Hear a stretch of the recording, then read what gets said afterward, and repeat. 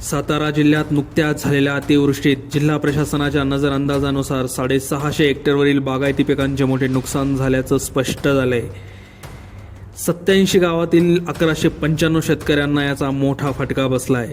या नुकसानीत आणखी वाढ होण्याची शक्यता असल्याचे महसूल प्रशासनाकडून आता सांगण्यात येत आहे।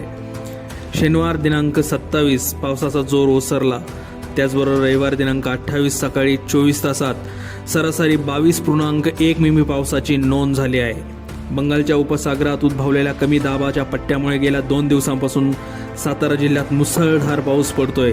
यामध्ये पश्चिमेकडील तालुक्यांसह दुष्काळी मान खटाव तालुक्यांना पावसाने सर्वाधिक झोडपले। त्यामुळे खरीपासह बागायती पिकांचे मोठे नुकसान झाल्याने शेतकऱ्यांचे कंबरडे मोडले आहे।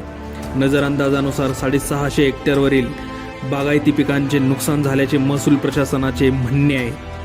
प्रत्यक्षात पाऊस थांबल्यावर पंचनामे झाल्यावर यामध्ये आणखीन वाढ होण्याची शक्यता आहे। नजर अंदाजानुसार गेल्या 2 दिवसात झालेल्या अतिवृष्टीत खटाव तालुक्यातील 51, मान तालुक्यातील 28, कराड तालुक्यातील 3, कोरेगाव तालुक्यातील 5 गावे बाधित झाली आहेत। तब्बल 13 मंडलात अतिवृष्टी झाल्याचे आकडेवारीवरून स्पष्ट होत आहे।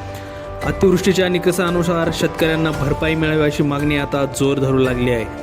तालुकानिहाय बाधित क्षेत्रामध्ये मान 479, खटाव 134.50, कोरेगाव 5.90, कराड 0.81 हेक्टरवरील बागायती पिकांचा यामध्ये समावेश आहे। यात मान खटाव तालुक्यातील भाजीपाला, मका, सोयाबीन, उडीद, घेवडा, बाजरी, मूग, झेंडू, भुईमूग, आले, पावटा, कांदा, द्राक्षे तसेच कराडमधील टोमॅटो, कोरेगावातील भाजीपाला, सोयाबीन व इतर पिकांचा समावेश आहे।